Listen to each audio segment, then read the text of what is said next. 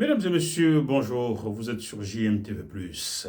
Alors que le pape Léon s'apprête à rendre visite au Cameroun, des voix s'élèvent ça et là au sein de la population, au sein de la diaspora, au sein de ceux qui s'appellent les combattants, les contestataires, pour fustiger cette visite du pape Léon au Cameroun. Qui aurait invité le pape Léon au Cameroun? Pourquoi va-t-il au Cameroun? Pourquoi le Cameroun est un pays qui attire à ce point les papes qui sont régulièrement, si ce n'est éternellement, muets sur les situations que vivent les populations de ce pays?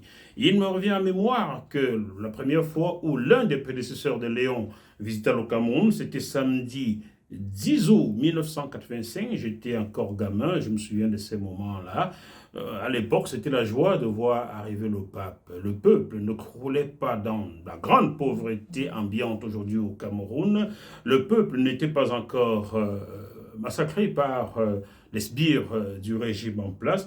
On sait que rarement, très rarement, pour ne pas dire jamais, le Vatican a levé le petit doigt lorsqu'un peuple est opprimé en Afrique. Pourquoi Léon va-t-il en Afrique? Qui l'a invité ou qui l'aurait invité?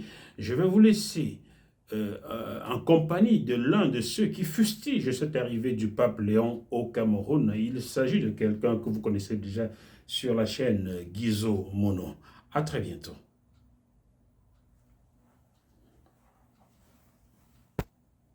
Mes chers compatriotes, bonsoir. Ceux qui ont dit qu'ils nous ont calmés doivent comprendre que aujourd'hui, nous nous intéressons à Monsieur le Président du Vatican. Il y a un nouvel élu au Vatican. Il s'appelle Léon. Et Léon a l'intention de venir au Cameroun. Et il faut que nous disions à son Excellence Léon que nous, peuple civil, de la société civile, modestement, nous lui disons calmement qu'il n'est pas le bienvenu au Cameroun. Pas parce que nous n'aimons pas sa personne, mais parce que l'Église chrétienne est coupable de trop de massacres, de trop de complicité avec les régimes africains. Il ne faut pas attendre le moment du tribunal pour qu'on vous dise ça. Il faut qu'on vous dise que, monsieur le pape, vous êtes considéré pour nous comme un grand criminel qui vient rencontrer un autre criminel.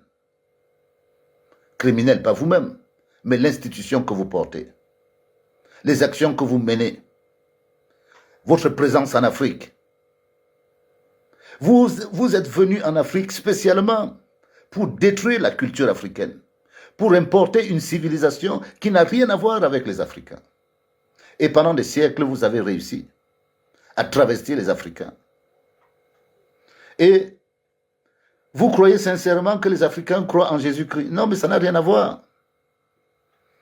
Les Africains reprennent mémoire. Nous n'avons pas un Dieu. Donc, votre Jésus, il n'est plus le bienvenu en Afrique.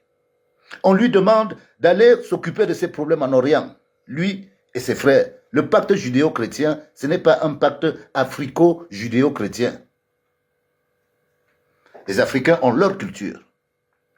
Et le changement pour nous, il va avec la culture. Nous ne voulons plus voir un président qui fait 40 ans sans mettre une société dans sa ville, mais qui investit 1 milliard pour construire une cathédrale.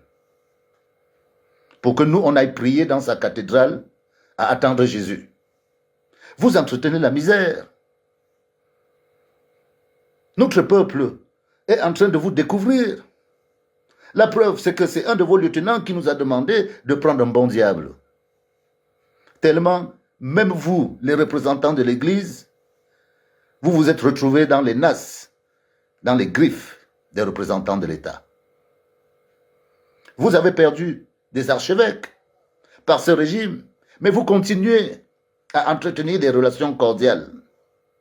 Vous et votre copain de Malte, et tous les représentants de toutes les sectes occidentales qui sont venus faire de l'inceste dans la culture africaine.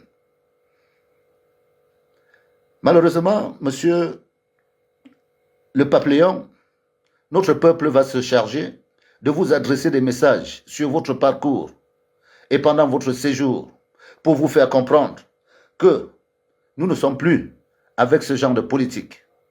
L'honnêteté voudrait que vous refusiez solennellement de venir au Cameroun parce que M. Biya, fils de catéchiste, n'a pas respecté, a menti en posant la main sur la Bible qu'il a gagné une élection, en sachant pertinemment qu'il ne l'a pas gagné, et vous venez cautionner un mensonge sur la Bible. Monsieur le pape, c'est vraiment de votre crédibilité qu'il s'agit.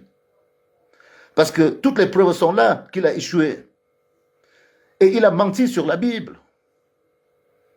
Et vous, votre responsabilité, c'est cautionner le mensonge pour entretenir vos édifices.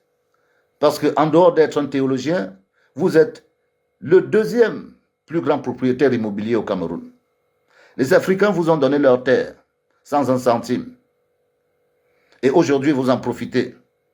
Vos écoles sont devenues les écoles les plus chères. Vous profitez, vous êtes maintenant en relation avec la classe supérieure de notre pays. Vos collègues ont même des fonctions dans notre palais. Dans pas longtemps, on verra des archevêques nommés au palais présidentiel. Si on nomme des pasteurs, pourquoi pas des archevêques? Pourquoi pas des évêques? C'est la République bananière, là où Dieu et les politiques mangent ensemble. Regardent le peuple souffrir, monsieur le pape Léon. Non, votre présence au Cameroun est tout simplement inadéquate. Votre présence au Cameroun va tout simplement faire comprendre aux Africains que vous ne croyez en rien, sauf en l'argent. Ne venez pas souiller votre soutane. C'est ce que j'ai à vous dire ce soir. Et c'est ce que notre peuple, parce que nous ne sommes pas là pour distiller des mensonges.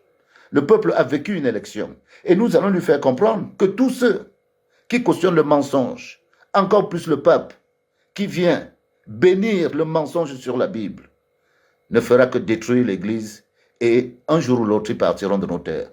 Je vous remercie. Bonne soirée.